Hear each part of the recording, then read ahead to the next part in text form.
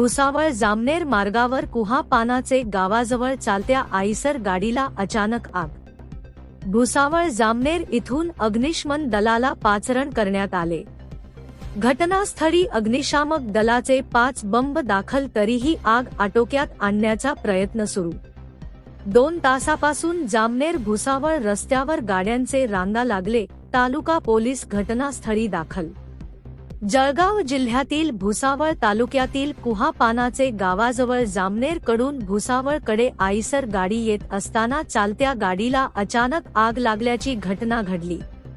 चालकाने वाहन थांबवताच काही क्षणातच 3 स्फोट झाले। वाहनात ऑक्सिजन गॅस सिलेंडर व केमिकल असल्याने मोठा धोका निर्माण झाला होता। सुदैवाने मागील वाहनांतील प्रवासी व कुटुंबीय बचावले।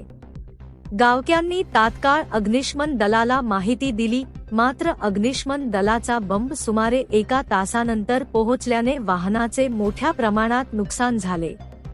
हे आग विझवण्यासाठी जामनेर भुसावळ येथून अग्निशमन दलाचे 8 बंब मागवण्यात आले। आग विझवण्याचे अग्निशमन दलांचे शर्थीचे प्रयत्न सुरू आहे। घटनास्थळ तालुका पोलीस दाखल। 2 तासापासून जामनेर भुसावळ मार्गावर गाड्याचे लांबच लांब रांगा लागले आहे। सर, नेमका काय घटना घडलेली आहे? त्या ट्रकमध्ये आग लागली। आज सकाळी 11:15च्या सुमारास डायल 112 भागावर एका कॉलरने कॉल केला की पुरा ते जामनेर जाणार रोड हॉटेल राजगड समोर एका आयशर गाडीला आग लागली, त्यातील गाडीची वस्तू जळत आहे। त्यामुळे आम्ही स्वतः घटनास्थळी व स्टाफचा हजर झालो। Bhusawal fire brigade, Jamner fire brigade यांना कळून तात्काळ तिथे फायर ब्रिगेडच्या गाड्या बोलवल्या। ते असतात त्या गाडीमध्ये इंडस्ट्रियल मटेरियल, सिलेंडर तसेच इतर वस्तू होत्या।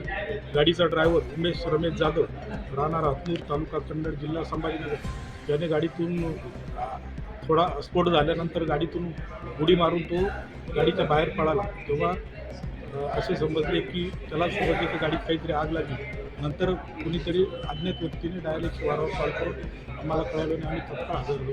पुढील आग विझवण्यात आली। कोणती जीवित हानी झाली नसून शांतता आहे, वाहतूक सुरळीत आहे।